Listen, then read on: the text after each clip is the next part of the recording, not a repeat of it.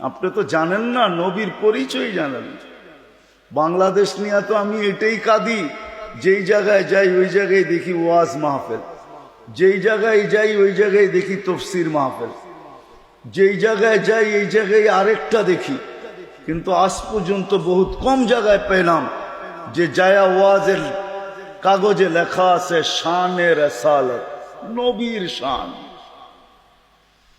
সিরাতুন নবী, নবীর সিরাত, শানে উম্মতে মুহাম্মদ। আমাদের শান কত বড়, শানে সাহাবা, শানে ওলামা, এগুলা কিচ্ছু নাই, খালি ওয়াজ আর ওয়াজ। রাগ হয়ে গেলেন মনে হয় হুজুররা।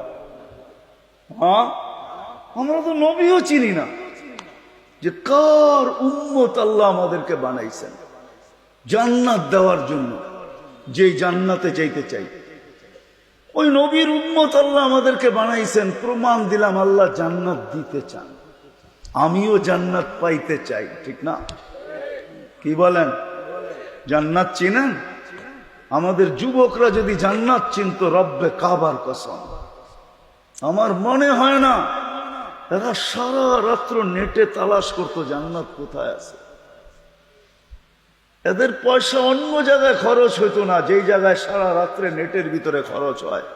তারপরে যেটা চয়েস হয় ওটাকে স্ক্রিনশট দেয়, ওটা নিয়ে তারপরে সেলুনে যায় কয় এরকম কেটে দিবি। তাহলে ও সারা রাত্র জান্নাত খুঁজত, পাগল হয়ে যেত জান্নাতের জন্য। আমাদের ঘুম হারাম হয়ে যেত। আল্লাহ রসুলই তো বলছেন, লা ইয়ানামু তালিবুহা, যার জান্নাতের তালাশ এখানে, জান্নাত যার এখানে ঢুকে গেছে, ও ঘুমাইতে পারে না, ও ঘুমায় না।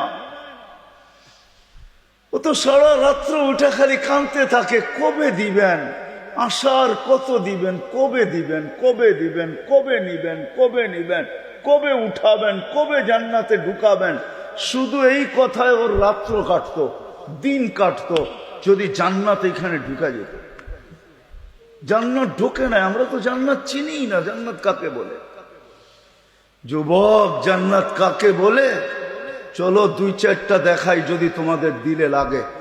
আজকে যদি তোমরা বাস্তবিক যে জান্নাতের আশা রাখো, আর আল্লাহ দিতে চায়, কিন্তু পাবো কিভাবে প্রশ্ন হইল এটা।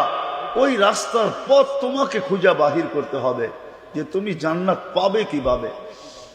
এক দিনের বয়ানে, এক ঘন্টার বয়ানে ওই জান্নাতের রাস্তা দেখানো যাবে না। কিছু ধারণা দেওয়া যাবে, কিন্তু নিজেকে খুঁজে বাহির করতে হবে ওই জান্নাত কিভাবে পাওয়া যায়।